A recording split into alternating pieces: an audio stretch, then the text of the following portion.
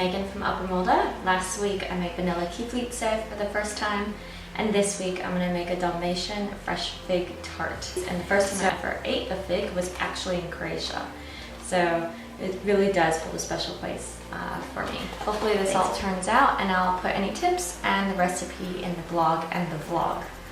So thank you for watching.